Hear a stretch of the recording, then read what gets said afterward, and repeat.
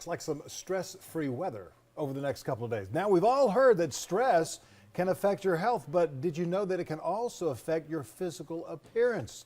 Dr. Cheryl Schaefer is here, the Chief Medical Director for Molina Healthcare, and she has some tips on how to manage our stress. And all of us have some sort of stress some way or another, but some folks have a lot more stress than others. Yeah, we all do have stress, and one of the things I think sometimes we forget to think about is even our children have stress.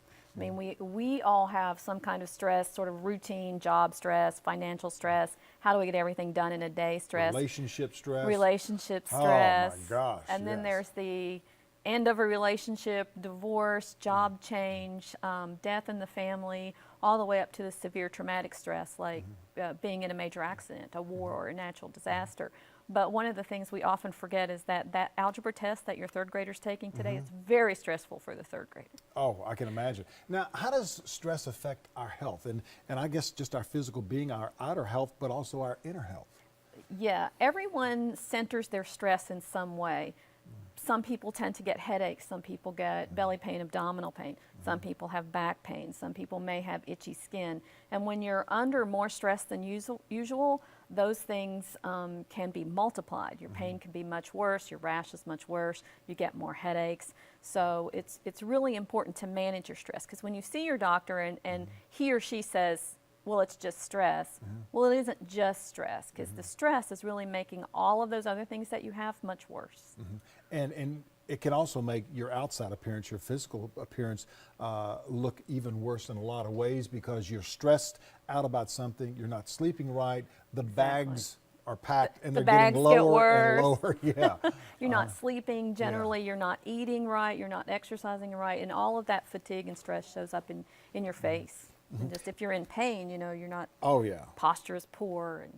And then when you start to compensate for that, it starts to hurt something else. Tell us some of the ways that we can help manage our stress. Meditation has been proven to help more than anything, but I think it doesn't have to be spending 30 minutes meditating every day. Something simple like have your coffee outside on your deck or outside in your yard. After the kids go to bed, take a bubble bath. Go for a walk every day. I mean, it's important to remember nutrition. We talked about last time, trying to get appropriate nutrition and exercise, but just taking the time each day to do something small and something simple that's for you. And it doesn't have to take very long. It just has to have meaning to you. Being so consciously aware of what you really need to do is so key with what you're talking about, you know, with yoga, with relaxation, with meditation. Like you say, taking that cup of coffee into a quiet area where you're by yourself, a little bit of you time, not all day long you time, No, but just some a of little that bit time of you time. to take in the day and really to be thankful for what we got a lot of times. Stop and smell the roses. Yeah, absolutely. You know, we've got a lot of folks that you know, the different stress levels, of course, here at work, but some people take stress differently. Why is that? It's just a difference in our personalities. And some people are under more stress than others, in the same way that some people have a higher pain tolerance or a lower pain tolerance.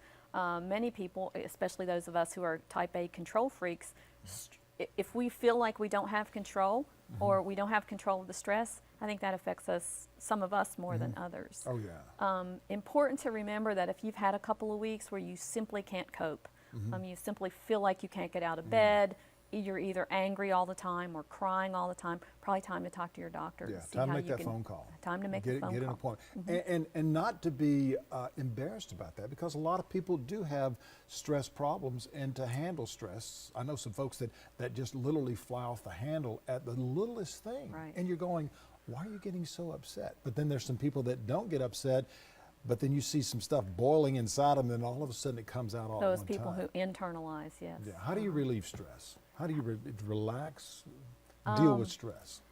I exercise, obviously, and I personally like bubble baths at the end of the day. That's what works for me. Oh, very nice. Well, thank you, How Doctor. do you relieve stress? Do a lot of walking, a lot of push-ups, and eat the right food. There you go. My girlfriend's a chef, Perfect. and she treats me real well about that. Coming up, we've got some more coming up in just a moment, so stay with us right here on Low Country Live. Thank you so much, Doctor.